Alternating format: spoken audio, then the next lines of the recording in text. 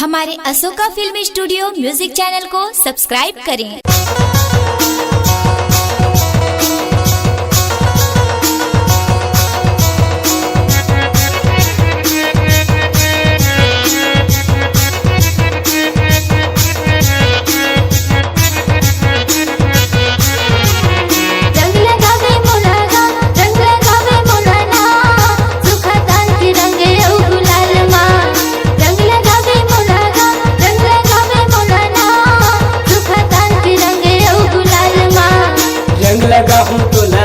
रंग लगा हूँ तो लाना कमर दाग के रंगे गुलाल माँ।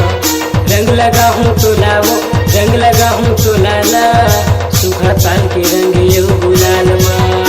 अरे सो के फागुन तिहार माँ वो आसो के होली तिहार माना। ए सो के फागुन तिहार माँ वो आसो के होली तिहार माना। रंग लगा हूँ तो लावो, रंग लगा हूँ तो लाना कमर दाग के रंगे गुलाल माँ। रंग लगा हूँ तो लावो, रंग लगा हूँ तो लाना कमर दाग के रंगे गुलाल माँ। रंग लगावे मोलाना, रंग लगावे मोलाना सूखा ताल के रंगे गुलाल माँ।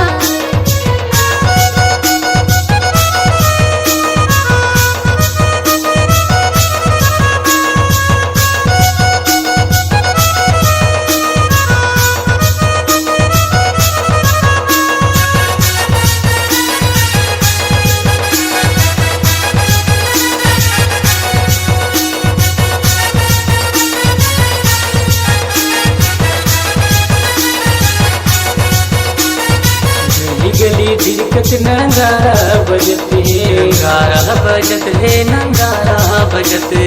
शहर चार पुती गुलाल उड़त है, गुलाल उड़त है जी, गुलाल उड़त है। घर के पिचकारी नहवा हूँ तो लावो, घर के पिचकारी नहवा हूँ तो लावो। रंग लगा हूँ तो लावो, रंग लगा हूँ तो लाना कमर दा शहर की रंग गुलाल माँ। रंग लगावे मोलाना, रंग लगावे मोलाना सूखा ताल के रंगे गुलाल माँ।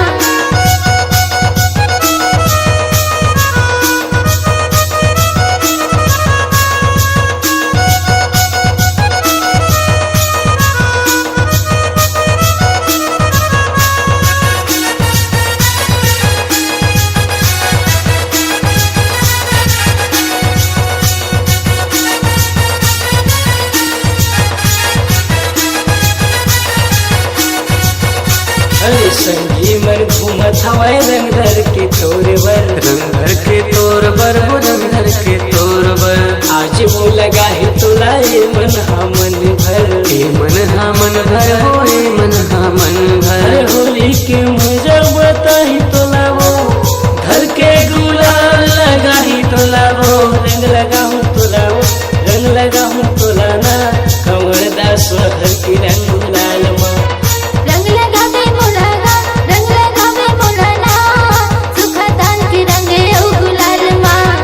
अरे सो के फागुन तिहार माँ वो आसो के होली तिहार माना। ए सो के फागुन तिहार माँ वो आसो के होली तिहार माँ। रंग लगावे मोलाना, रंग लगावे मोलाना सूखा ताल के रंगे गुलाल माँ।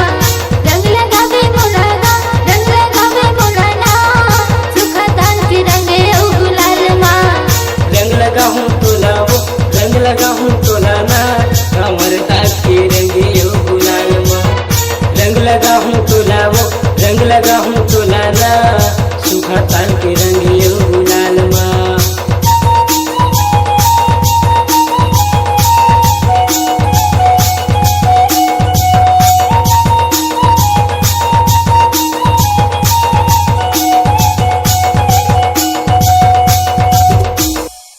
Ashoka film audio video recording studio Kawardha. निर्माता राज कुलकर्णी। मोबाइल नंबर है 7389138468।